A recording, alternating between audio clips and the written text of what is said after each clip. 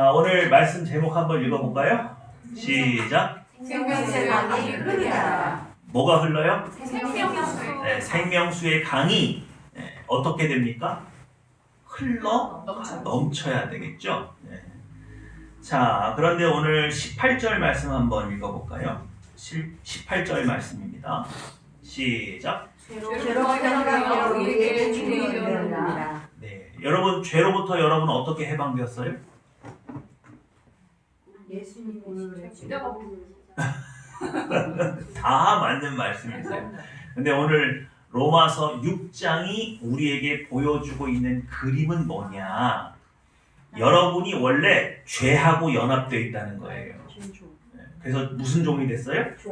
네, 뭐하고 연합되어 있다고요? 죄와 연합이 돼 있었어요.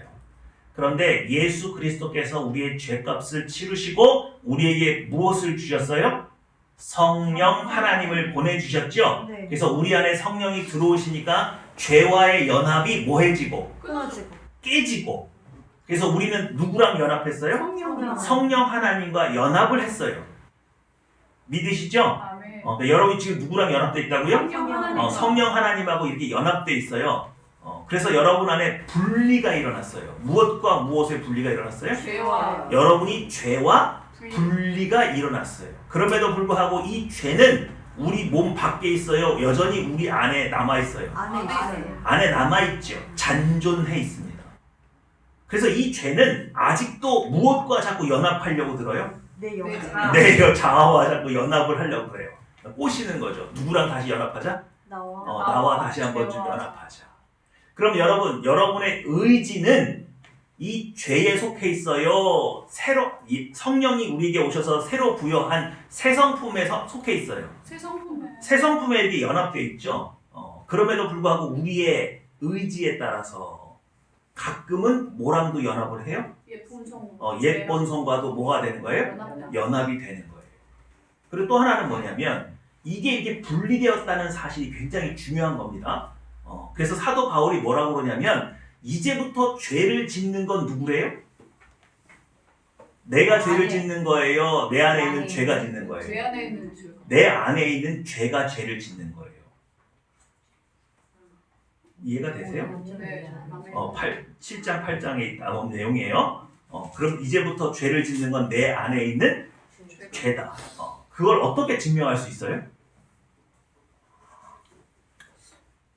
그걸 어떻게 증명해요? 여러분이 죄하고 연합되어 있지 않고 새 성품과 연합이 되어 있는데 여러분이 죄를 지을 때 여러분이 짓는 게 아니고 여러분 안에 있는 죄가 죄를 짓는다는 걸 증명할 수 있어요. 어떻게 증명해요? 마음의 양심이 찔리고 좀 불편하고. 그렇지, 맞아요.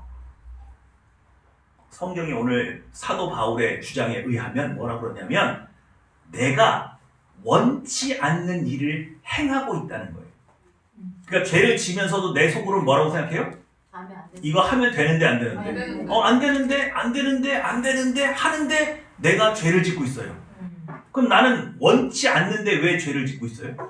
옛 습성과 옛 본성이 훨씬 더 강력해요. 뭐보다? 새 본성보다. 내 자아보다. 새 본성보다가 아니라 내 자아보다 훨씬 더 강력해요. 그러니까 인간은 이 옛 본성을 이긴다 진다? 져요. 그럼 우리가 어떻게 새 본성과의 연합을 유지할 수 있습니까? 성령님의 충만. 그렇죠. 그게 바로 성령 충만을 통해서만이 가능하다. 여러분, 오늘 존 오웬이 우리에게 주는 교훈이 있는데 존 오웬이 우리에게 어떤 교훈을 주냐면 어떻게 내 안에 있는 자아가 성령 하나님과 새 성품과 연합되어 있음에도 불구하고 갑자기 이 연합이 연약해지면서 옛 본성과 연합하는 것이 가능하냐? 그걸 뭐라고 표현하냐면 우리 안에 잔존해 있는 이 죄가 우리를 꼬시고 유혹하는 데 두 가지 방법을 쓴다는 거예요. 첫 번째는요, 여러분의 지성을 속여요. 그릇된 정보를 줘요. 이해가 되십니까? 그리고 그 다음엔 강압적인 방법을 동원한대요. 뭘 동원한다고요? 강압적인 방법을 동원해요. 그러니까 내 안에 있는 죄가 나를 죄로 끌고 가는 첫 번째 수단이 뭐예요? 잘못된 정보, 지성을 속여요. 여러분의 지성을 속여요. 여러분의 이성을 속여요. 그리고 그 다음에 뭘 해요? 강압적으로 끌고 가요. 이걸 어떻게 확인할 수 있느냐? 여러분, 아담과 하와가 에덴 동산에 있을 때 뱀이 어떻게 접근했어요? 성령 충만. 저 선악을 알게 하는 나무 열매를 먹으면 죽는다, 안 죽는다? 안 죽는다. 근데 하나님이 왜 그거 먹지 말라 그랬다고요? 하나님과 같이 될 거라고 그렇게 유혹을 하잖아요. 그러니까 그릇 땐 뭘 줘요? 지성을 속여요. 그릇 땐 정보를 줘서 지성을 속여요. 존 오웬은 뭐라고 말하냐면 우리의 의지를 동원하려면 지성을 통과하지 않고는 그렇게 할 수가 없대요. 믿으십니까? 네. 그러니까 신자 중에 죄를 짓는 사람 중에 이런 게 있는 거야. 이건 누굴 위한 일이야? 너를 하나님을 위한 일이야. 모두를 위한 일이야. 정의로운 거야. 정의로운 일이야. 그렇게 꼬셔. 그래서 지성을 통과하면 그 다음에 뭐예요? 죄를 지죠. 너 정의로운 일이라고 생각하잖아. 근데 왜 안 하고 있어? 이러면서 강압을 우리에게 집어넣어서 우리를 끌고 간다. 다시 한 번요. 우리 안에 의지는 새 성품과 연합되어 있어요. 옛 본성과 연합되어 있어요. 새 성품과 연합되어 있죠. 그런데 어떻게 옛 본성이 우리를 사로잡아 갈 수 있어요? 어떻게? 존 오웬은 여기에 경향성이 있다는 거예요. 경향, 습성. 네, 오래 묵은 습성 같은 거라는 거예요. 그래서 제가 저번에 뭐라고 설명드렸어요? 저희 집이 원래 봉담 살았다 그랬죠? 근데 지금 동탄으로 이사를 갔죠? 근데 가는 길이 거의 80% 갔다가 마지막에 갈라지는 길에서 차이가 나는데 제가 정신줄 놓고 다른 생각하면서 운전하면 제가 운전대가 어디로 가고 있어요? 옛날 봉담으로 가고 있어요, 내가. 그건 내 의지예요, 내 습성이에요. 습성. 바로 옛 본성이 그렇다는 거예요. 의지가 빠졌으나 습성이 남아있어요. 죄 짓는 걸 좋아하는 체질이에요. 그게 이 육체에 남아있어요. 그런데 사도 바울은 뭐라고 말을 합니까? 오호라 나는 공고한 사람이로다. 이 사망의 몸에서 누가 나를 건져내랴. 그래서 죄가 나를 끌고 가는 걸 보면서 괴로워해요. 그럼 의지가 없는데 어떻게 이렇게 끌고 가죠? 의지가 없는데 어떻게 이렇게 나를 끌고 가요? 습성 경향만으로는 이렇게까지 못하는데 어떤 인격이 여기에 개입하는 거예요. 사탄의 영이요? 그렇죠. 바로 외부에 있는 사탄이 우리 안에 있는 죄와 자꾸 뭘 하려고 해요? 연합해서 우리를 공격하려고 하는 거예요. 이게 딱 연합이 되면 우리한테 뭘 주느냐? 염려, 근심, 걱정, 불안, 두려움을 강압으로 줘요. 이해가 되십니까? 네. 여러분, 우리가 그 부흥 강사들 중에 이런 말 쓰는 표현 아마 들어보셨을 거예요. 우리 안에 견고한 진이 있다. 그래서 사탄이 그리로 왔다 갔다 한다는 거예요. 근데 제가 성경을 아무리 찾아봐도 견고한 진이라고 말할 수 있는 게 뭐가 있을까 생각해 보니까 견고한 진이 꼭 그걸 표현한다기보다 우리 안에 있는 옛 본성이 하나의 통로가 되는 거죠. 그리로 누가 하고 들어오는 거예요? 사탄이 말을 넣는 거예요. 잘못된 정보를 넣는 거예요. 야, 하나님은 그거 싫어하셔. 지금 네가 일할 때야. 지금 네가 나서야 돼. 자꾸 내 안에 막 이렇게 막 주는 거죠. 그래서 분명히 예배를 통해서 하나님을 만나서, 자, 하나님은 우리의 새 성품을 어떻게 강력하게 만드십니까? 뭘 넣어요? 성령 하나님이 이미 들어와 계시잖아요. 네. 그러니까 여러분 마음에 마음. 그렇지, 뭘, 어떤 마음? 깨끗한 새 평안, 마음. 위로, 충성, 충만, 사랑을 확 집어넣어요. 확신을. 그래서 내가 지금 하나님의 인도하심을 받고 있는 게 맞다라는 확신을 하나님은 그런 식으로 줘요. 세상에 바뀐 게 아무것도 없는데 하나님께서는 이 새 성품에 평안과 충만과 사랑과 위로를 집어넣어서 아무것도 이루어진 게 없는데 염려, 근심, 걱정, 불안, 두려움이 내 마음을 사로잡을 수 없는 그 경험들을 여러분 해보셨잖아요. 아멘. 네. 믿으시죠? 아멘. 근데 그걸 지키지 못하는 이유가 뭐예요? 사탄의 공격. 사탄이 우리 마음의 옛 본성을 막 자극해대는 거예요. 강압적. 근데 항상 왜곡된 지식이 먼저 온다고요? 강압이 먼저 온다고요? 왜곡된 지식. 왜곡된 지식이 어떻게 와요? 주로? 그런 그럴싸하게. 그럴싸하게. 수학을 포괄 수 있을 첫생감처럼 만큼. 봐요. 매일 변한 게 처음 아무것도 없네? 아. 너도 응답받았다며. 어? 네 마음 평안하다며. 근거가 어딨어? 아, 눈에 응? 보이는 근거. 눈에 보이는 증거 내놔봐.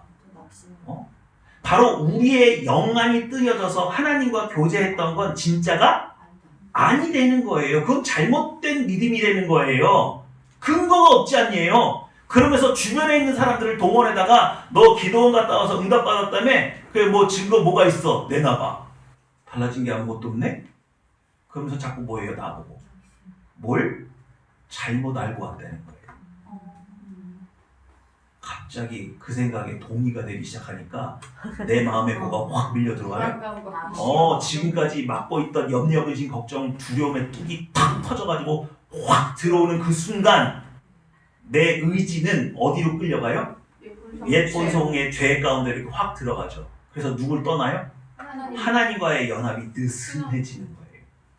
그러면 누구의 지배력이 더 커집니까? 죄의 지배력이 훨씬 더 커지는 거예요. 이해가 되세요? 자, 지금 우리가 이 얘기를 왜 하고 있냐면 여러분 보세요. 내가 이제 성령 하나님을 받아서 마음의 양심이 새로워지니까 이러면 안 되는 게 맞는 거 알아요. 근데 결과적으로는 죄를 짓죠. 그러고 나면 누구 잘못이에요? 내 잘못이에요? 하나님 탓이요? 왜 안 지켜줬어요? 그러니까 내 안에 있는 죄에 내 의지가 사로잡혀서 죄를 졌잖아요. 그러니까 나한테 책임이 있어요, 없어요? 있죠. 있긴 있죠. 근데 옛날처럼 내가 주도적으로 해서 죄를 지은 건 아니고 내가 포로처럼 끌려다니는 거예요. 이해가 되십니까? 네. 그러면 나는 지금 어떤 법이 나를 주관하고 있느냐? 생명과 성령의 법이 나를 다스리고 있는데 불법적으로 내 안에 불법 점거하고 있는 죄와 사망의 법이 나를 끌어당기면서 너 죄 짓는 거 보니까 너는 하나님이 있다 없다? 없다. 하나님이 너를 돕는다 안 돕는다? 너는 어디 갈 거야? 지옥 갈 거야. 이렇게 정죄를 한단 말이에요. 거기에 넘어가면 돼요, 안 돼요? 안 되죠. 그거 안 된다는 거예요. 그리스도 예수 안에 있는 사람에게 결코 정죄함이 없다는 얘기는 목사가 자매님, 형제님 무슨 죄를 지었는데 이거 빨리 벗어나셔야죠. 그러면 갑자기 목사님 성경에 로마서에 8장 1절에 결코 정죄함이 없다고 그랬는데 목사님 왜 저를 정죄하세요? 맞아요, 틀려요? 틀리죠? 그거 무슨 말이냐? 죄와 사망의 법이 더 이상 당신을 정죄하지 못한다는 뜻이지 생명과 성령의 법이 여러분을 정죄하지 못한다는 얘기는 아니에요. 믿으십니까? 그런데 생명과 성령의 법은 여러분을 정죄하기보다 권면해서 다시 돌아오게 만든다. 이해가 되시죠? 그리고 우리가 여기서 확실하게 알아야 될 건 뭐냐? 비록 신자가 양쪽을 왔다 갔다 할 수 있을지 몰라도 항구적으로, 영구적으로 죄에 끌려가지는 못해요. 기본적으로 우리 안에 누가 계시기 때문에 성령 하나님이 계시고 우리는 성령 하나님과 지금 연합되어 있지 죄와 연합된 건 아니기 때문에 항구적으로 그럴 수가 없다고요. 한참 그렇고 죄를 짓다 보면 내가 큰일 났네? 그리고 어디로 자꾸 돌아가려고 해요? 다시 성령 하나님과의 연합을 도모하게 되고 그때 성령 충만을 성령께서 부어주셔서 다시 우리 쪽으로 올 수 있는 의지를 북돋아 주신단 말이에요. 이해가 되시죠? 이로 보건대 우리가 중요한 걸 하나를 깨닫습니다. 그게 뭐냐? 죄와 은혜가 비슷한 성질이 있다는 거예요. 그게 뭐냐? 우리 마음을 지배하려고 해요. 죄는 우리의 의지를 지배해서 자꾸 뭘 짓게 만들어요? 죄를 짓게 만들어요. 근데 하나님께서 주시는 은혜, 성령 충만은 우리의 마음을 장악해서 어디로 끌고 가라고 해요? 하나님 앞으로 끌고 가려고 하고 성령의 열매를 맺게 하는 거예요. 믿으십니까? 네. 그런데 거기에 저울추처럼 맨날 왔다리 갔다리 하는 게 누구예요? 저요. 그래서 내 역할이 중요해요. 그럼 내 역할은 뭐냐? 내가 죄랑 맞짱 떠요? 아니요. 우리는 내 안에 있는 죄랑 맞짱 뜰 힘이 있대요, 없대요? 없다고 성경이 분명히 얘기하잖아요. 여러분, 우리가 예수님 앞에 무릎 꿇고 저는 죄인입니다 라는 그 고백 안에는 내 안에 있는 죄를 이길 수 없는 비참한 인간이 바로 접니다. 그 고백도 포함되어 있는 거예요. 이해가 되시죠? 그럼 우리는 언제 죄를 이길 수 있느냐? 오직 뭐 할 때만? 성령 연합. 충만할 때만. 믿으십니까? 네. 연합은 돼 있다니까요. 네. 연합은 돼 있으나 이 연합이 자꾸 뭐해지는 거야? 느슨해지는 이유는 뭐 때문에? 성령 소멸이 이루어지고 있기 때문에 그래요. 이해가 되시죠? 그러니까 이 연합을 완전히 견고하게 이렇게 딱 하고 있으면 죄가 나를 꼬실 수 있어요, 없어요? 없죠. 그래서 이게 완전히 딱 밀착해가지고 더 이상 막 틈이 없는 그 상태, 그걸 뭐라고 한다고요? 성령 충만이라고 한단 말이에요. 그러니까 성령 충만을 유지하지 않을 때에는 우린 죄랑 싸우면 못 이겨요. 다시 말해서 죄를 이길 수 있을 만큼의 크고 완벽한 의지가 우리 안에 없어요. 믿으시죠? 그래서 죄의 유혹과 죄의 강압에 우리가 무너지는 걸 보는 거예요. 이해가 되시죠? 네. 그러니까 여러분, 신자에게 성령 충만은 중요해요, 안 중요해요? 중요해요. 아주 중요한 거예요. 특별히 교회를 다니다가 처음에 너무너무 기뻤는데 점점 기쁨이 사라지고 다시 세상의 재미에 들게 되고, 그리고 내 안에 있는 외로움과 고독을 이기지 못하는 그런 경지에 가게 되는 건 뭐 때문에 그래요? 성령 소멸. 성령 소멸이 내 안에 이루어졌을 뿐만 아니라 우리의 죄악된 습성이 나를 유혹할 때 평소에 썼던 게 뭐예요? 외로움, 고독, 우울감, 걱정, 근심, 이런 사람마다 뭔가 특화된 죄의 약한 고리가 있어요. 그 고리를 딱 파고 들어가요. 우리의 육체의 본성은 그걸 너무 잘 알아요. 이 사람이 어떤 우울감, 어떤 좌절감, 어떤 마음을 탁 넣어주면은 미친 듯이 막 요동치는지 우리의 약점을 누구보다 잘 알아요. 그래서 사탄은 외부에서 협력해요. 그럴 만한 상황으로 몰고 가요. 그럴 때 우리가 성령 하나님과 완전히 연합되어 있으면 그냥 뚫고 지나갈 수 있는데, 이 연합이 느슨해져 있으면 바로 쓰러지면서 이제 은혜는 다 날아가고 이제 죄가 나를 확 사로잡아서 막 끌고 가는데 가면 안 되는데 하면서 어떻게 되는 거예요? 끌려가고 있으면서 염려, 근심, 걱정, 불안, 두려움에 좌절과 낙심에 완전히 쌓여서 헤어나오질 못하는 시간이 한참 가는 거예요. 이해가 되시죠? 그래서 오늘 하늘평화교회가 이걸 꼭 터득해야 돼요. 그리고 반드시 여러분은 성령 충만을 가져야 돼요. 유지해야 돼요. 믿으시죠? 여러분, 한국교회가 70년대, 80년대에 성령 충만을 맛봤어요. 근데 그때는 주로 성령 충만과 이 성령에 대한 모든 사역을 초점이 내 안에 있는 죄를 이기는 쪽으로 사용한 게 아니라 나의 부족과 필요를 채우는 지니의 요술램프처럼 믿고 딱 구했다고요. 이해가 되세요? 성령 하나님이 우리 안에 와 계신 것은 물론 우리의 필요와 그런 결핍을 채우기 위함도 포함이 되어 있지만 주 목적이 그게 아니에요. 그럼 뭐예요? 먼저 그의 나라와 그의 의를 구하는 게 뭐예요? 여러분이 성령 하나님과 완전히 연합되어서 태초에 하나님이 여러분을 만드셨던 그 원래의 모습, 그 원래의 모습은 누구의 모습이에요? 예수님과 같은 하나님의 자녀로 성장하고 그 모습을 회복하는 데에 성령께서 오신 거예요. 믿으시죠? 그러니까 여러분이 꼭 누가 돼야 돼요? 예수님이 돼야 돼요. 예수님의 삶을 살아낼 수 있어야 돼요. 근데 그게 내 의지와 내 힘으로 된대요? 성령 충만으로 된대요? 그럼 내가 하는 일은 뭐예요? 그렇죠. 날마다 성령 소멸이 일어나는 내 마음에서 일어나는 것을 자세하게 관찰하고 있다가 성령 소멸이 사라졌네. 그럼 내가 성령 충만을 간구하는 거죠. 그래서 성령께서 계속해서 우리에게 그 많은 것들을 부어주셔서 죄를 이길 수 있는 상태를 유지하면 죄 가운데 빠져요, 안 빠져요?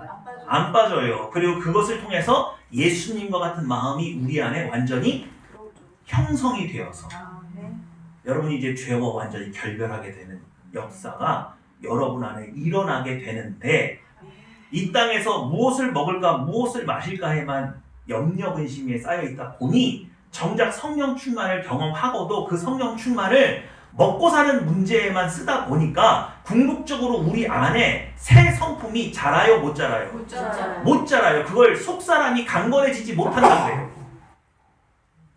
이해가 되십니까? 네.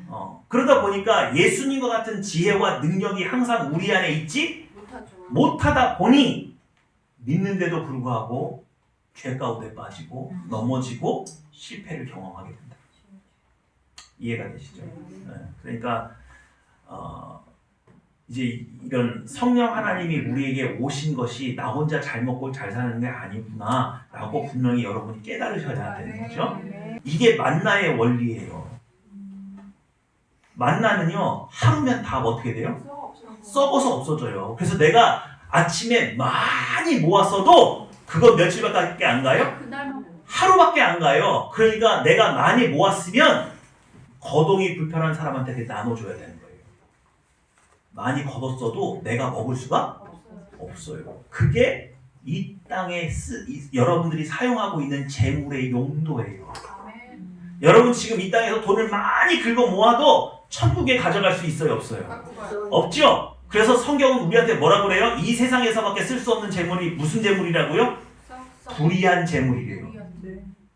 그래서 그 불의한 천지기 비유에서 불의한 재물로 친구를 사귀라 그러죠? 네. 그럼 불법으로 도박하고 막 편취하고 막 이래가지고 얻은 그런 비윤리도덕적인 방법으로 얻은 재산을 가지고 이웃을 사귀라는 게 아니라 그랬죠? 이 땅에서밖에 쓸 수 없는 재물, 천국으로 가져가지 못하는 그 재물을 가지고 이 땅에서 친구를 사귀라는 거예요. 그래서 그의 영혼을 구원하면 어디에 상급이 쌓여요? 하늘의 상급. 하늘의 상급이 쌓이잖아요.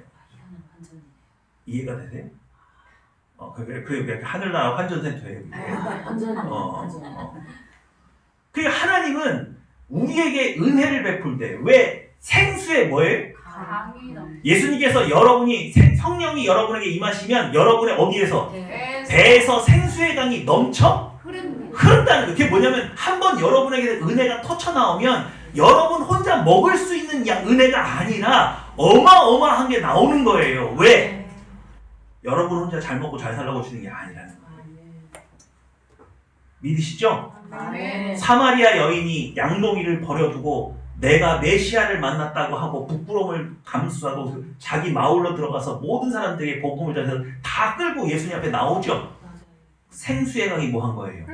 흘러 넘친 거예요. 그러니까 여러분 복음 전하는 게 어려운 건 이유가 뭐냐면 우리 안에 생명수의 강의 구조가 만들어지지 않은 채 억지로 쥐어 짜내고 있기 때문에 그래요. 교회에서 헌신하는 게 처음에는 좋은 뜻으로 하다가 나중에 지치고 힘들고 사람들은 내가 이렇게 헌신하는 줄도 모를 거야. 그리고 갑자기 막 죄가 나를 막 사로잡아서 막 끌고 가는 거지. 그냥 너 힘들지 아무도 몰라. 너만 하는 거야 너만. 다들 웃고 떠들고 먹고 그냥 가잖아. 너만 정하는 거야. 그러면서 막 그냥 막 자기 염려에 빠져가지고 하나님도 나를 안 돌봐주는 것 같고 막 왜 나만 해야 돼? 나 왜 난 맨날 나만 해야 되는 거야? 막 그러면서 그렇게 되는 게 뭐예요? 생명수의 강이 말라버린 거죠. 이해가 되세요? 그러면 하시면 안 돼요.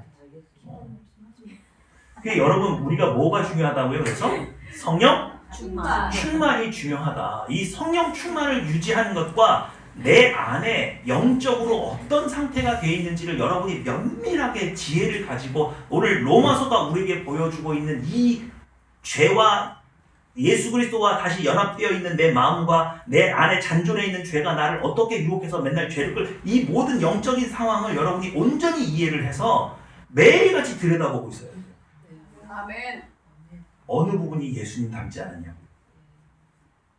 그래서 맨날 성령 충만을 구하면서 성령 충만으로 내가 이 부분이 예수님 닮지를 않았습니다. 제가 이런 문제만 오면 제가 후덜덜 떨면서 내가 하나님을 온전히 붙들지를 못합니다. 아멘. 저의 약점이 있어요. 하나님 이것이 저를 발목 잡지 못하게 해주십시오. 내가 누구를 권면하든지 무슨 얘기를 할 때 두려움과 염려 근심으로 권면하면 그거는요 열매가 없는 거예요. 이해가 되세요? 아멘. 확신과 사랑과 여러분 안에 있는 성령 충만이 넘치는 것으로 설득을 해야지. 이해가 되시죠? 아멘. 그래서 이 생명수의 강이 나를 뛰어넘어서 타인에게 이렇게 흘러가야 가정이 회복이 되고 직장이 회복되고 교회가 됩니다. 회복됩니다. 믿으시죠? 아멘. 그러니까 생명수의 강이 흐르지 않는 교회는 메마른 교회가 되는 거예요. 이게 뭐라고 그랬죠? 하늘 보좌에서 자, 읽어볼게요. 시작. 또 그가 수정같이 맑은 생명수의 강을 내게 보이니 하나님과 및 어린 양의 보좌로부터 나와서. 태초에 에덴 동산에 왜 강이 흐르는데 그 강을 왜 그렇게 설명을 했는지, 그리고 인류의 모든 문명이 왜 강으로부터 출발했는지, 그리고 에스겔서에서도 이 생명수의 강이 등장하고 요한계시록에 저 하늘나라에도 이런 강이 있는 걸 왜 자꾸 보여주는지, 그 이유가 뭐였어요? 바로 여러분 안에도 저 생명수의 강의 구조가 있다고요, 없다고요? 있어요. 이게 있어요. 그래서 이 생명수의 강이 넘쳐 흐르는 이 모양을 우리는 뭐라고 이해하고 있습니까? 성령 충만이에요.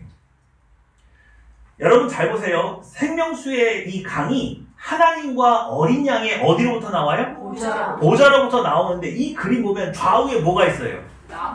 무슨 나무죠 이거? 생명나무. 생명나무죠. 그럼 여러분 안에 생명나무 있어요? 있어요. 네. 있어요. 그게 뭐예요? 몰라요. 그게 성령의 열매예요. 이 그림의 구조를 통해서 여러분 몸에 이걸 대입을 하면 어떻게 되냐면 성령의 열매는 여러분의 힘으로 맺힐 수가 없어요. 뭐가 흘러야 돼요? 다시 말해서 성령 충만이 내 안에 흘러 넘칠 때 내 안에 성령의 열매가 빵 하고 나와요. 믿으시죠? 제가 늘 의문이었던 게 뭐냐면 생명나무에 열매가 있으면 선악을 알게 하는 나무 이제 없네. 이제 없죠? 없잖아요. 쫓겨났어요, 사장. 이미 그게 쓰임이 끝났거든요. 이해가 되세요? 그래서 근데 천사들로 하여금 에덴 동산에 아담과 하와를 내쫓으면서 이 생명나무 열매를 못 먹게 지켰죠? 네. 왜 지켰어요? 범죄한 채로 영원히 살고. 그렇죠. 범죄한 죄로 이 열매를 먹게 되면은 영원히 누구하고 원수관계로 살아야 돼. 하나님과 원수관계로 살아야지. 뭐 해야지 돼? 차라리 뭐 하는 게 나아요? 죽는 게 나아. 그럼 다시 살릴 수라도 있잖아요. 예수님의 보혈의 피를 다시 살리면 되잖아요. 그죠? 근데 드라큘라처럼 영원히 하나님하고 왼수 관계가 죽지도 않고 그렇게 지속되면은 되겠어요? 그래서 지켰잖아요. 근데 이제 이게 우리에게 허락된 거예요. 이해가 되세요? 그럼 여러분 이걸 어떻게 응용하는지를 보세요. 생수의 강이 뭐 해야? 흘러 넘쳐야 뭐가 생긴다? 성령의 열매. 성령의 열매가 맺어지죠? 네. 그럼 내가 지금 아파요? 아파요 내가? 그럼 아픈데 손을 얹었어요? 그럼 뭐라고 기도하죠? 예수의 이름으로 치유 명하노니 뭐 말해봐요. 안 해봤어요? 예수의 이름으로 명하노니 어떻게? 고침을 받을지어다. 이걸 여기다 대입하면 어떻게 되는 거예요?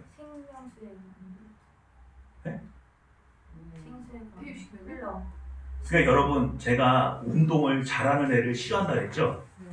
그냥 돼서 하는 애는 나중에 자기가 폼이 망가지면 어디서 뭘 잘못해서 폼이 망가졌는지 회복이 안 돼. 항상 이론이 있어야 돼. 그래야 내가 뭘 어떻게 잘못돼서 어떻게 고쳐가야면 된다는 걸 알아요.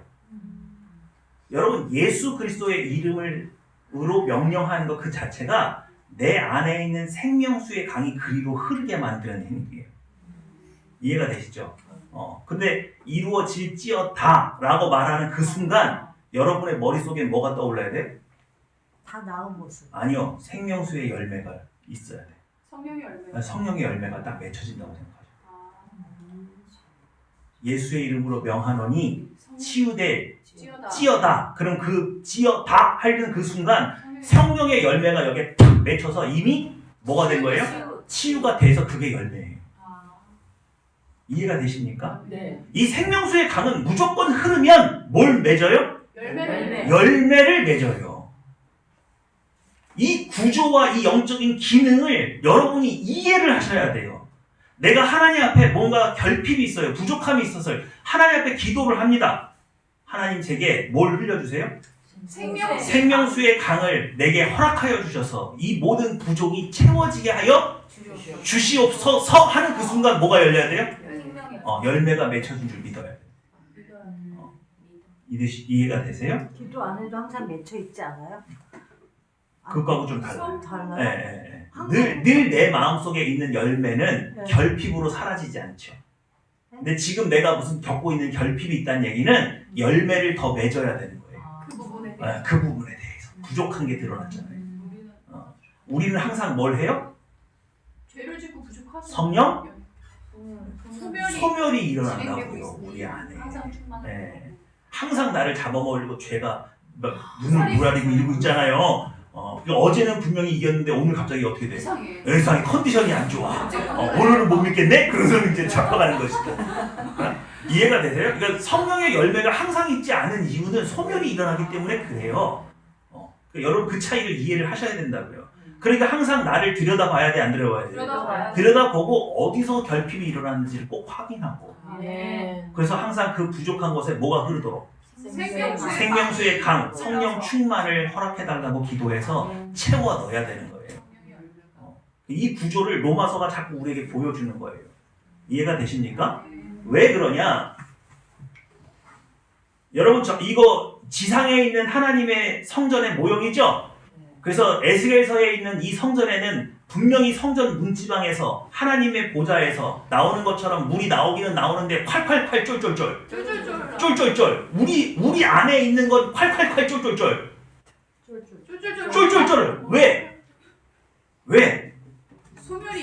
소멸이 일어나고 죄의 영향력으로 콸콸콸이 아니다 이거예요. 근데 천척을 재니까 발목이 잠기고 천척을 잠기니까 무릎이 잠기고 천척을 재니까 또 허리가 잠기고 천척을 잠기니까 어떻게 돼요? 능히 건너지 못할 강이 되었다라고 그러잖아요. 그럼 뭐냐? 오늘 여러분들이 다 와서 여러분은 성령 하나님과 연합이 되어 있는 건 맞아요. 근데 이 연합의 강도가 전부 다 같아요? 틀려요? 달라요. 그러다 보니까 여러분 안에 있는 성령 충만이 흐르는 그 강도가 쫄쫄쫄 시냇물인 사람이 있고 콸콸콸 강인 사람이 있다 없다? 그 차이가 있다 이거예요. 이거. 그러면 콸콸콸 흐르던 사람은 그냥 처음부터 끝까지 계속 콸콸콸이에요? 아니죠. 이것도 또 죄의 영향과 사탄의 유혹에 넘어가게 되면 어떻게 돼요? 그래서 소멸이 일어난단 말이에요. 이게 늘었다 줄었다 강줄기가 막 넓어졌다 좁아졌다 이게 하는 거 아니에요 지금. 그래서 하늘에 있는 천국에는 그런 일이 안 일어나는데 지상에 있는 여러분 안에 있는 성전의 구조는 항상 이런 모양이란 말이에요. 그래서 에스겔서가 우리한테 보여주는 게 뭐예요? 항상 충만을 유지하기 위해서 신자가 애를 써야 된다는 거예요. 그게 바로 제사장이 하는 일이에요. 여러분 안에 누가 제사장이에요? 내가 제사장이잖아요. 내가. 제사장들이 매일같이 성전에 가서 성전에 불이 꺼지지 않도록 기름을 채워넣고 쓸고 닦고 해요, 안 해요? 그것처럼 우리 안에서 여러분이 왕같은 제사장으로서 이 생명수의 강이 항상 늘었는지 줄었는지를 확인하고 거기서 성령 충만을 채워넣는 그 일을 여러분이 해야 되는 거예요. 이해가 되십니까? 구약 성경이 그걸 우리에게 보여주고 있는 거예요. 성령님이 오셨을 때 신자가 어떻게 하나님을 섬겨야 되고 어떻게 오신 성령님을 영접해야 되는지를 그 제사장들이 성전 안에서 무슨 일을 했는지를 보여줘서 여러분들이 스스로 그렇게 해가도록 왕같은 제사장으로의 삶을 살 수 있도록 보여주고 있는 거예요. 근데 잘못된 지식 준다고 그랬죠? 대한민국의 많은 성도들한테 잘못된 지식 사탄이 어떻게 했느냐? 그거는 목사나 선교사나 하는 거지 평신도가 그렇게 사는 거 아니야. 광신도야. 그렇죠. 그렇게 살면 평신도가 그러면 뭐예요? 광신이지. 그렇게 왜곡된 지식을 줘서 여러분을 하여금 죄 가운데 머물도록 만들었다. 이해가 되세요? 네. 그래서 오늘 로마서 6장 1절이 뭐예요? 그런즉 우리가 무슨 말을 하리요? 은혜를 더하게 하려고 죄에 거하게 됐느냐? 이렇게 말을 하고 있잖아요. 그럴 수 없다고요. 그러니까 여러분을 사탄은 속이기 위해서 계속 왜곡된 정보를 자꾸 준단 말이에요. 마치 그게 정당한 것처럼. 이해가 되세요? 여러분이 성령이 안 계시면 여러분 그렇게 살아도 돼요. 근데 성령이 내 안에 있다고 자부하는 모든 신자는 여러분이 성령이 거하는 그 순간 여러분은 성전입니다. 아멘. 그러니까 이 구조가 돼야 돼요, 안 돼야 돼요? 돼야 돼요. 성전 문지방에서 생명수의 강이 흘러요, 안 흘려요? 그러죠. 흐르죠. 성령이 계신데 왜 안 흘려요? 근데 나는 그렇게 살 의무가 없다고요? 그게 목사나 선교사만 그렇게 사는 거라고요? 나중에 그렇게 사시다가 천국 입구에 가서 예수님 만나면 예수님이 뭐라고 그러실게요? 누구세요? 누구세요? 성령이 없으신데 누구세요? 집을 잘못 찾았어요. 겨우 문턱에 들어가게 허락받으면 예수님이 뭐라고 그러실까요? 에휴, 성령까지 받아놓고는 그렇게밖에 못 살다 왔니? 안타깝다. 그런 부끄러운 이야기를 듣지 않으려면 지금 여러분 안에 누가 계신지 꼭 확인하시고 여러분이 이 구조를 이해하셔야 돼요. 아멘.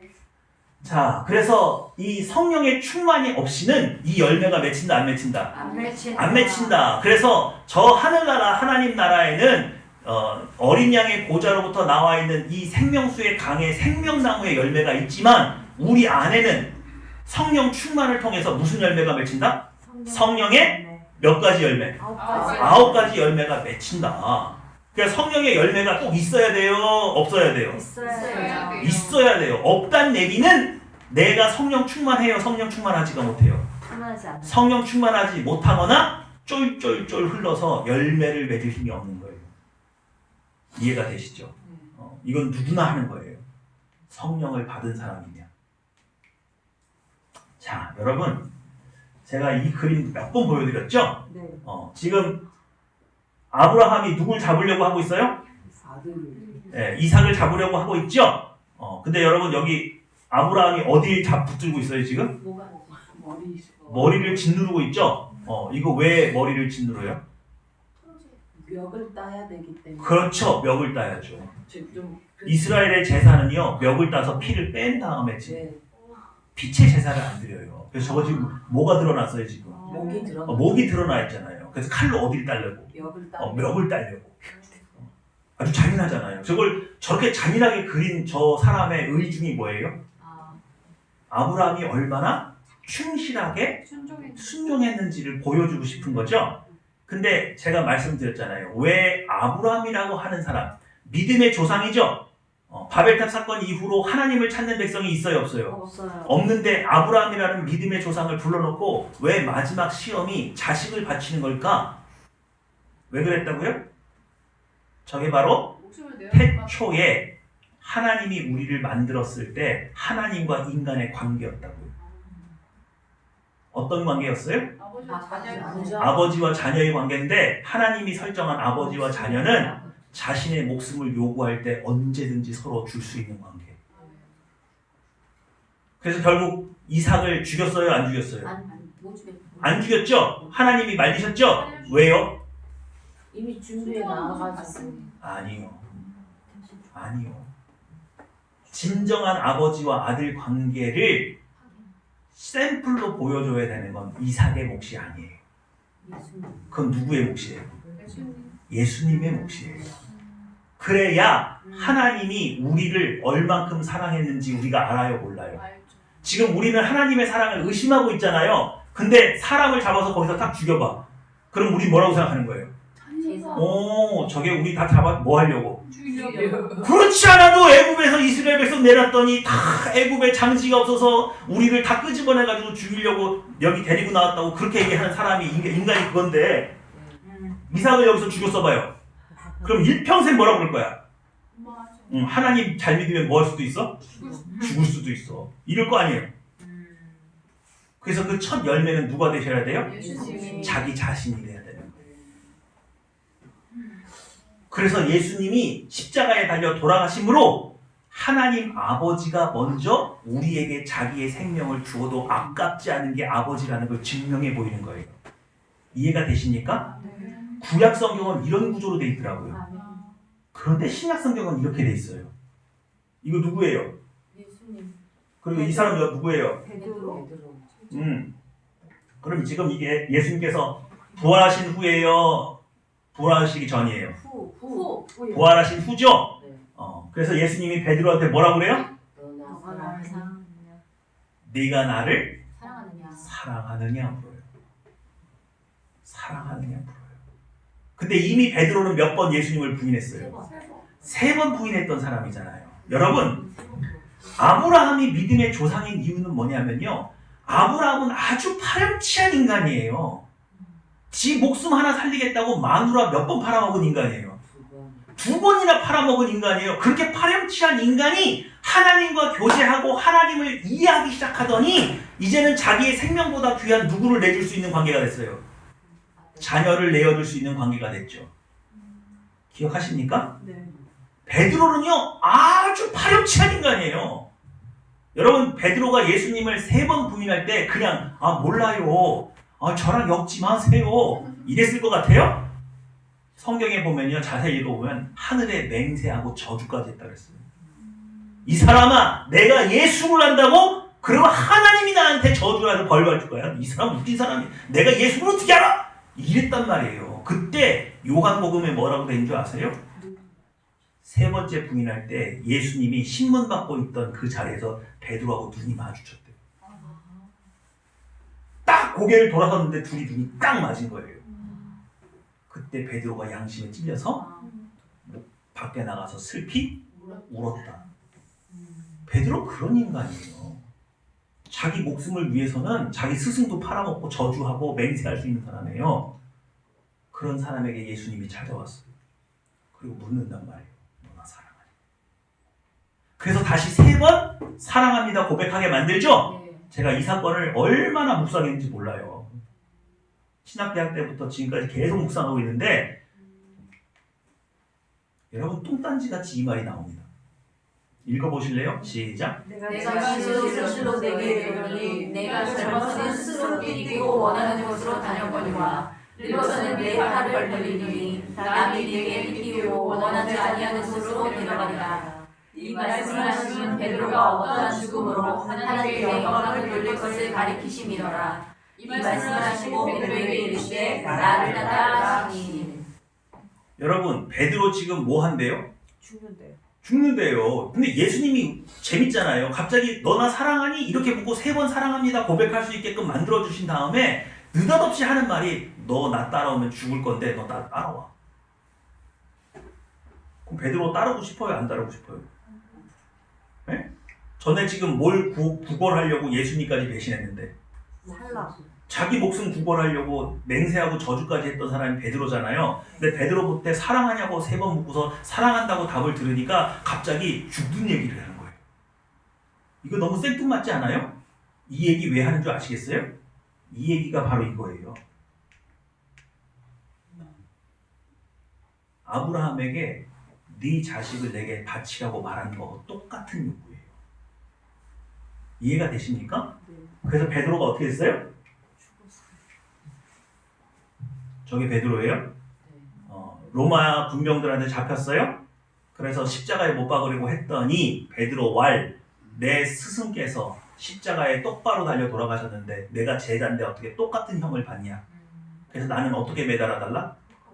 거꾸로 매달아 달라. 그래서 더 고통스럽게 죽었어요.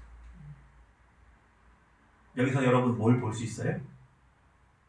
하나님을 신뢰하는 베드로가 하나님의 진정한 자녀가 됐어요. 어떻게? 내 목숨도 아깝지 않게 내어줄 수 있는, 누구와 같은? 예수님 같은 자녀가 됐잖아요. 여러분, 지난주에 제가 여러분 12제자가 전부 다 뭐 했다고 그랬어요? 다 순교당했다 그랬죠? 그게 어떻게 가능하냐고요? 내 안에 뭐가 죽었어요? 죄가 완전히 죽었어요. 성령 충만에 완전히 죽었어요. 죄가 죽으면 무슨 일이 일어나는 줄 아세요? 죽음이 안 두려워요. 내 옛본성이 살아있을 때만이 죄가 두렵고 무서워요. 염려 근심해요. 그래서 사망이 우리를 잡아먹으려고 하면 싹싹 빌면서 한 번만 살려드리려고 무릎 꿇는 거예요. 그런데 이 사도 베드로 안에 성령과 생명의 법이 역사하기 시작하니까 죽음을 두려워할 이유가 없는 거예요. 왜요? 죽어도 뭐하니까? 살죠. 왜 살아요? 나는 무슨 법에 저촉되는 사람이에요? 생명의 법이 나를 주관하기 때문에 사망이 더 이상 나를 주관할 수가 없어서 나는 산다고요. 지금 사도 베드로 안에 모든 죄가 그냥 다 뭐 해 있는 거예요? 죽어 있는 거예요. 만약에 저 순간에 한 번만 살려주세요 이러면 뭐가 갑자기 살아난 거야 지금? 죄의 본성이, 옛 본성이 살아가지고 비굴하게 빌고 있는 거죠. 이해가 되십니까? 근데 평소에 성령 충만했던 베드로는, 여러분 아까 제가 이 강 이거 보여드렸죠? 여러분 저게 지금 에스겔 선지자거든요? 근데 에스겔 선지자가 여기서 무슨 역할을 하고 있는지 아시겠어요? 예? 에스겔 선지자는 옛 본성이에요. 예. 이게 강에 완전히 잠겼어요. 그럼 옛 본성이 영향력을 끼칠 수 있어요, 없어요? 없죠? 죽었어요, 살았어요? 아니 죽지는 않아. 옛 본성이 성령 충만한다고 해서 죽어서 내 몸 밖으로 나가진 않아. 근데 기능이 어떻게 돼요? 죽은 것처럼 그냥 둥둥둥 떠가는 거죠. 아무런 영향력을 끼치지 못하는 거죠. 우리 안에 죄가 그래요. 내가 성령 충만하면 내 안에 있는 옛 본성이 기능을 잃어버리고 그냥 살아는 있는데 좀비처럼 그냥 떠다니는 거예요. 뭐의 수압이 더 세니까? 은혜의 성령 충만이 더 세니까 거기에 저항하지 못. 조류가 이렇게 쌓이면 사람이 그냥 떠내려가잖아요. 힘 못 쓰고 저항하지 못하고, 그죠? 그걸 보여주고 있는 거예요. 사도 베드로 안에 염려, 근심, 걱정, 불안, 두려움이 아무리 들어가도 저렇게 떠내려가고 있는 저 옛 본성이 작동해요, 안 해요? 못하죠. 못하죠. 그게 성령 충만할 때 우리 안에 일어나는 일이에요. 그래서 베드로는 지금 어디에 묶여 있는데? 십자가에 묶여 있는데 죽음이 두려워서 떨고 있지는 않아요. 죽음이 안 두려워요. 나는 생명과 성령의 법으로 죽어도 어디로 가니까? 살고 부활할 것이기 때문에 그걸 믿을 수 있다고요. 근데 우리의 옛 본성은 그걸 믿는다고요? 못 믿는다고요? 못 믿죠. 옛 본성과 새 본성의 가장 큰 차이점은 뭐냐? 옛 본성은 반드시 눈에 보이는 증거를 내놓으라고 말해요. 그런데 새 본성은 누굴 바라보기 때문에? 눈에 보이지 않는 거룩하신 하나님의 발자취를 쫓기 때문에 하나님 그 자체가 증거예요. 믿으시죠? 자, 읽어볼게요. 시작. 내가 그들에게 한 마음을 주고 그 속에 새 영을 주며 그 몸에서 돌 같은 마음을 제거하고 쌀처럼 부드러운 마음을 주어 내 율례를 따르며 내 규례를 지켜 행하게 하리니 그들은 내 백성이 되고 나는 그들의 하나님이 되리라. 여러분 여기 보면 새 영을 주며 했을 때 이 새 영이 누구예요? 성령님이죠. 근데 여러분 마음은 뭐예요? 돌 같은 마음이죠. 돌 같은 마음은 여러분이 뽑을 수 있는 크기예요. 여러분이 뽑을 수 없는 크기예요. 뽑을 수 없어요. 그래서 누구의 도움이 꼭 필요해요? 성령 하나님의 도움이 필요한데, 오늘 여러분 여기에 성령 충만이 그냥 임하신다고 해서 여러분 돌짝 같은 마음이 갑자기 돌이 다 빠져요? 갑자기 다 헬렐레 해주고 막 그냥 다 사랑스럽고 막 갑자기 눈에서 꿀 떨어지고 막 서로 막 뭐 좀 필요한 거 있으면 다 줘버리고 막 이렇게 그렇게 돼요? 아멘. 그렇게 돼요, 안 돼요? 안 돼요. 왜 안 되죠? 성령님도 계시고 성령 충만도 임했는데 성령 충만을 내가 경험하고 있는데 아직도 돌짝 같은 마음은 왜 남아 있는 거예요? 습성이 많이 남아 있어서. 습성이 남아 있어서 또 성령 충만까지는 안 가가지고. 아니라니까. 성령 충만이 임해도 그러니까 베드로가 성경에 보면 실수해요, 안 해요? 하죠. 오순절 성령 강림을 맛봤는데 베드로가 실수해요. 왜 하냐고요, 그거. 그러니까 다시 말씀드리면 성령 충만이 여러분에게 임한다고 해서 여러분의 마음이 일순간 그리스도의 마음으로 바뀌는 건 아니. 아닐 수도 있다. 그럼 왜 그러냐? 우리의 역할이 있어요. 우리의 역할이 있어요. 내 안에 돌짝 같은 마음을 발견하고 하나님 이 돌짝 같은 마음을 성령 충만으로 뽑아주십시오. 내 안을 들여다보고 관리하는 일은 누구 하는 일이에요? 우리가 해야죠. 그건 내가 하는 일이에요. 내가 뽑을 수 없는 돌을 발견하는 건 내 일이라고요. 뽑을 수는 없으나 그걸 뭐 해야 돼요? 구해야죠. 발견하고 거기서 간구해야 되는 건 내 일이라고요. 그게 제사장이 하는 일이잖아요. 믿으십니까? 그럼 이렇게 되는 거예요. 성경을 읽다가 도대체 내 마음 어디가 예수 그리스도의 마음하고 다르냐고요. 네? 나 왜 다르지? 그걸 찾아내서 하나님 앞에 간구하는 건 내 일이라고요. 그냥 성령 충만이 여기 확 지나가는 거 그냥 막 넘친다고 해서 여러분의 인격이 갑자기 막 돌들이 다 녹아가지고 사라지고 막 갑자기 막 성질내던 사람이 성질 안 나게 되고 그러면 좋은데 우리의 역할이 분명히 있다고요. 성령 충만해도 여러분의 역할이 있어요, 없어요? 있어요. 있다니까요. 성전에 하나님의 구름기둥과 불기둥이 임해도 그 안에 제사장이 할 일이 있단 말이에요. 믿으시죠? 그래서 매일 여러분 안을 들여다보고 깨끗하게 정리하고 아직도 왜 내 마음 어딘가는 돌짝 같을까? 왜 난 사람을 용서하지 못할까? 왜 난 사람을 사랑으로 돌보지 못할까? 이 모든 것들을 하나님 앞에 아뢰면서 계속해서 누구의 마음을 내려달라고? 예수님의 마음을 내게 내려달라고. 성령 충만으로 내려주셔서 네 돌같은 마음을 녹여달라고 간구해야 되는 건 내 몫이란 말이에요. 존 오웬이 멋진 말을 했어요. 이건 제가 연구해도 깨닫지 못했던 건데 역시 천재는 달라. 뭐라고 했느냐? 중생과 칭의. 중생이 뭐예요? 거듭난다는 걸 그 무거울 중자 쓰는데 무거울 중자가 다시 중자예요.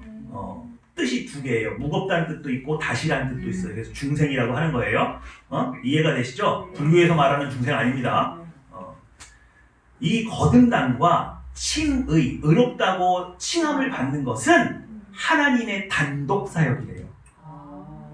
그냥 일방적으로 하나님께서 하시는 거죠. 근데 성화는 협력 사역이에요. 믿으시죠? 그러니까 우리가 해야 될 일이 있어요, 없어요? 있어요. 있다고요. 그래서 하늘나라에서 해같이 빛나고 달같이 빛나고 별같이 빛나는 차이가 난다고요, 안 난다고요? 납니다. 납니다. 똑같이 오늘 성령 충만이 임해도 여러분 중에 해같이 빛나는 사람, 달같이 빛나는 사람 다 달라요. 왜? 그 역할을 얼만큼 충실하게 해놨는지에 따라서. 매일 여러분 안을 들여다보세요. 아멘. 그리고 이 돌을 뽑지는 못해도 하나님 여기에 하나님의 마음과 다른 돌짝 같은 마음이 여기 박혀 있습니다. 이 마음 제가 고백하오니 오셔서 녹여주십시오. 뽑아주십시오. 그건 내가 해야 될 일이에요. 자, 여러분 귀신 들린 아이를 고치신 예수님 보시죠? 이거 제가 안 읽어도 뭔지 아시죠? 네, 어려서부터 귀신이 아이를 괴롭히니까 막 불구덩이에도 던져주고 그래서 이 아이를 살리려고 많은 의사와 선지자를 만났는데 이 아버지가 고쳤어요? 못 고쳤어요? 못 고쳤죠? 그래서 예수님의 소문을 듣고 제자들을 먼저 만났는데 제자들이 고쳐요? 못 고쳐요? 그래서 이 아버지의 마음이 지금 어떻게 돼 있어요? 낙심돼 있죠? 근데 그런 시점에 누가 오세요? 예수님이 오셨어요. 여러분 이걸 생명수의 강과 비교해 보세요. 어떻게 되고 있는 거예요 지금? 예수님은 뭐예요? 성령 하나님이죠. 그래서 이 아버지가 드디어 누구 앞에 나왔어요? 생명수의 강 앞에까지 나왔어요. 근데 흘러요, 안 흘러요? 안 흘러요. 왜 안 흘러요? 일단 지금 너무 상황이 안 좋아요. 저항이 있죠? 흐를 수가 없는 저항이 있죠? 나는 이미 낙심해서 마음을 어떻게 했어요? 닫아버렸어요. 그러니까 폭포수 같은 생명수가 지금 눈앞에 있는데 그게 내 안에 흘러요, 안 흘러요? 못 흐르죠? 그러니까 예수님이 뭐라 그래요? 언제부터 그랬어? 물어보시죠? 그래놓고 뭐라 그래요? 이 아버지한테 뭐라 그래요? 믿음이 있대요, 없대요? 믿음이 없다고 그러죠. 할 수 있거든이 그게 뭐냐? 무엇이냐. 믿는 자에겐 능치 못함이 없다. 그죠? 그럼 그렇게 하신 이유는 뭐예요? 생명수의 강이 흘러갈 수 없는 강력한 저항이 그 사람 마음에 있잖아요. 네. 이걸 여러분 몸에 이렇게 대입을 해보세요. 예수님이 지금 오셨죠? 네. 우리에게 누가 오셨어요? 성령. 성령님이 오셨어요. 근데 나는 마음이 지금 낙심하고 좌절하고 누가 도와줘도 될 것 같아요? 안 될 것 같아요? 안 될 것 같은 마음으로 성령 하나님이 내 안에 오셨는데도 기쁘지도 않고 이래요. 뭐 교회 가서 뭐 기도하면 뭐 좋다더니 어떤 목사가 안수해가지고 뭘 받았다네 뭐 뜨겁긴 했는데 달라진 게 아무것도 없는 이러고 있으면 생명수의 강이 흐르는 거예요? 못 흐르는 거예요? 이게 못 흐른단 말이에요. 그래서 예수님께서 그 마음문을 먼저 여는 거예요. 그죠? 그랬더니 이 아버지가 할 수 있거든요 무엇이냐 이랬더니 갑자기 뭐라고 그래요? 내가 믿나이다. 나의 믿음 없는 것을 도와주소서. 그렇게 고백을 했어요. 그래서 마음문이 뭐 했어요? 열렸죠? 그랬더니 폭포수 같은 하나님의 은혜가 그의 마음으로 어떻게 되는 거예요? 이게 흘러 들어가는 거예요. 그랬더니 열매가 맺혀요, 안 맺혀요? 맺혀요. 여러분은 이제부터 모든 하나님 나의 성경에 있는 모든 현상을 무엇으로 연상해서 생각을 해야 돼요? 생명수의 강이 흘러가냐 못 가냐 생명수의 원천인 성령이 계시냐 안 계시냐로 보는 거예요. 이해가 되세요? 그 구조로 이해를 해야 성경이 어떻게 은혜를 흘러보내고 어떻게 사람을 고치고 어떻게 문제를 해결하는지를 이해할 수 있는 틀이 되는 거예요. 믿으시죠? 이 구조를 알았으면 우리 해봐야 돼. 그죠? 여러분 지금 여러분에게 생명수의 강이 흐릅니까? 콸콸콸 흐릅니까? 쫄쫄쫄 흐릅니까? 내 마음에 생명수의 강이 흐르는 거, 콸콸콸 흐르는 거 어떻게 하느냐? 기쁨이에요. 성령의 9가지 열매가 내 마음에 있는 거예요. 근데 아무리 들어봐도 지금 낙심하고 좌절하고 고개만 돌리더니 눈물 나고 아무도 나를 도와주는 사람이 없고 예배를 드려도 별 소용이 없는 것 같고 그러면 지금 내가 최소한 성령님은 계시나 어떻게 흐르고 있는 거예요? 졸졸졸졸졸인 거죠. 그 믿음 가지고 그 성령 충만 가지고는 내 문제 해결할 수가 없다. 오늘 생명수의 강이 넘쳐 흐르도록 제게 이 문제를 해결하고도 남는 성령 충만을 부어주셔서 이 성령 충만이 이 모든 것을 덮게 해주세요. 그래서 내 안에 있는 죄가 나를 낙심하게 만들고 염려하게 만드는 이 죄가 오늘 뭐 해야 돼요? 죽어야죠. 아무 기능도 역사하지 못하도록 큰 성령 충만을 허락해 주셔서 제가 열매 맺는 나무가 될 수 있게 해주십시오. 제 안에 열매가 있을 수 있게 해주십시오. 오늘 여러분 기도하셨으면 좋겠어요. 기도하겠습니다. 할렐루야 주님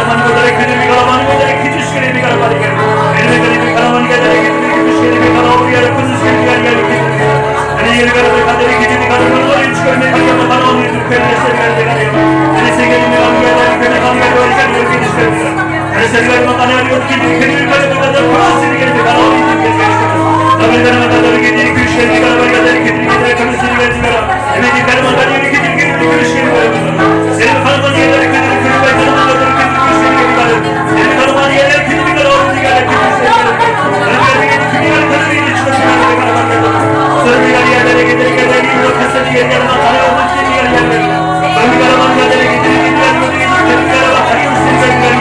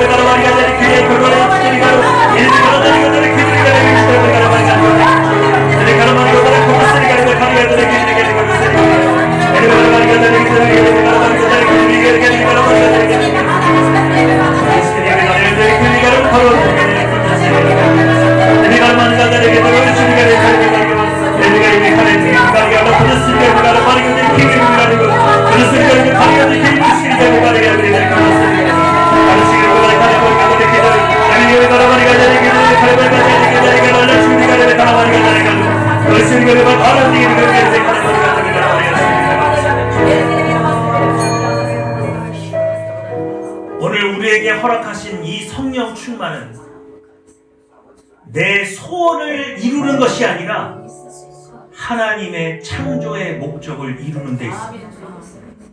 내 개인의 정욕을 만족시키는 데 있는 것이 아니라 후히 주시고 꾸짖지 아니하시는 하나님의 섭리를 따라 내 가족과 이웃에게로 흘러가야 합니다.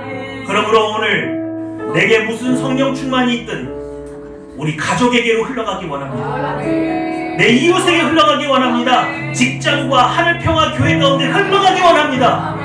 오늘 다시 한번 간구하는 시간 가질 때에 오늘 받은 이 성령 충만이 동일하게 우리의 가족에게, 직장에게, 교회에게, 이웃에게, 친족에게 흘러갈 수 있도록 다 같이 기도하기 원합니다. 기도하겠습니다.